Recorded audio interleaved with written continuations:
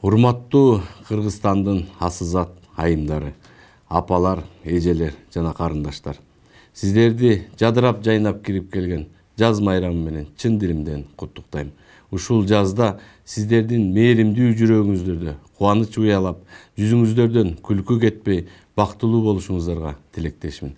Сиздер бар үчүн жергебизде балдардын күлкүсү угулуп, дастарканыбыздын түркүн даамга жайылып, үйлөрүбүз ырыскыга толуп турат. Аял заты бул үй бүлөнүн жалпы адамзаттын куту, өмүрдүн булагы.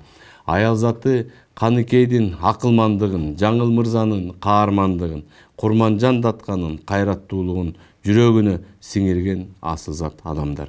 Аял зат үй бүлөнүн берекеси, жашообуздун башкы каарманы, жаркын тилеги, нур чачыраган жарыгы.